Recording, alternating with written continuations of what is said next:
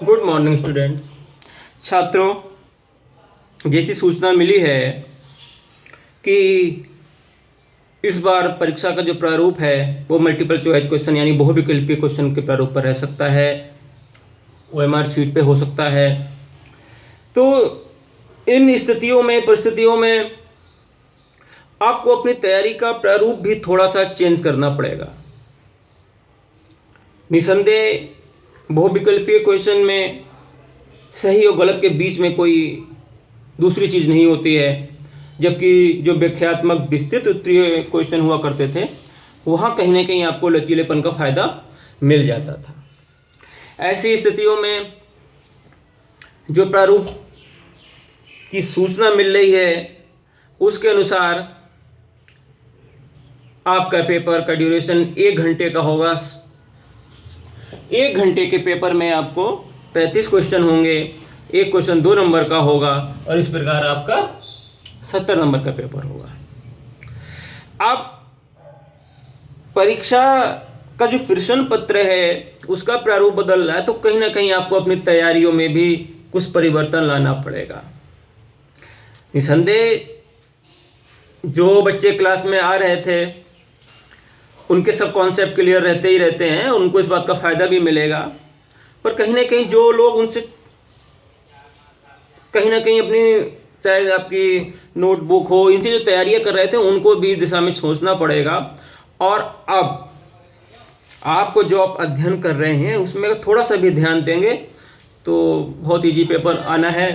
किसी को पैनिक होने की ज़रूरत नहीं है, ना परेशान होना है और ना परेशान करना है। तो इसमें एक तो आपको परिभाषाएं, कौन सी परिभाषाएं किसने दी ये आपको याद होना चाहिए और इनको अलग आप लिख भी सकते हैं। उसके बाद में विचारक कौन है, कौन उसका प्रवर्तक है, कौन उसके समर्थक हैं, ये चीज़ें आपको याद करनी है। और इसके साथ साथ आपको ये भी देखना है कि उसके जो मूलभूत कॉन्सेप्ट हैं उनको भी आपको अपनी स्मृति में रखना है। और इसका जो प्रारूप है वो इस प्रकार से हो सकता है, उसमें कुछ क्वेश्चन हम दे रहे हैं, इन हिसाब से आपको अपनी तैयारी करनी है। तो जैसे कि हमने दिया है, ये कुछ 5 क्वेश्चन आज लिए हैं हमने, तो 35 क्वेश्चन आएंगे आपके, 2 मार्क्स के होंगे, 70 नंबर के क्वेश्चन होंगे, 1 घंटे का पेपर होगा। तो पहला क्वेश्चन आप देख सकते हैं, आदर्शवाद के अनुसार शिक्षा का अंतिम उद्देश्य क्या है? आदर्शवाद के अनुसार शिक्षा का अंतिम उद्देश्य क्या है? इसमें इन्होंने 4 दिए हुए हैं। नंबर 1 आध्यात्मिकता, नंबर 2 मुक्ति, नंबर 3 आत्मानुभूति और नंबर 4 भौतिकता।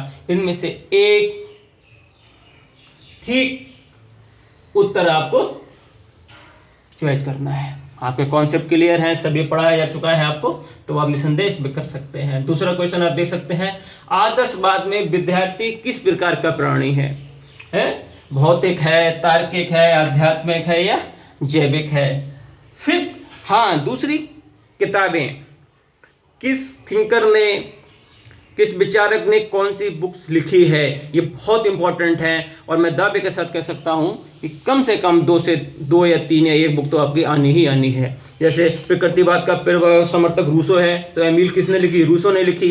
तो ऐसे ही द रिपब्लिक नामक पुस्तक के लेखक कौन है? प्लेटो, अरस्तु, Kilpatrick, John Dewey. Democracy and education पुस्तक के लेखक कौन है? Abraham Lincoln, John Dewey, Plato, अरस्तु। ठीक है, रिक्त स्थान के भी क्वेश्चन आ सकते हैं। जैसे जॉन डेबी एक है, क्या है? आदर्शवादी, प्रयोजनवादी, यथार्थवादी अथवा प्रकृतिवादी। तो इस प्रकार आप देखते हैं कि इस प्रकार आप अपनी तैयारी को करते रहें और जो समस्याएं आई हैं समाधान उनका निकल ही रहा है धीरे धीरे। और अगर किसी विशेष परेशानी आए तो निसंकोच संपर्क कर सकते हैं, वरना किसी को परेशान होने की ना ज़रूरत है और ना परेशान करने की। ठीक है, तो इस प्रकार आपका कोर्स कंप्लीट हो ही रहा है और धीरे धीरे आप जब अपनी पढ़ाई करें तो उसमें बहुविकल्पीय इस पॉइंट ऑफ व्यू से भी देखते हुए चले। इजी पेपर आएगा, अच्छा पेपर आएगा। आप लोग तैयारी को अपनी करते हैं। धन्यवाद।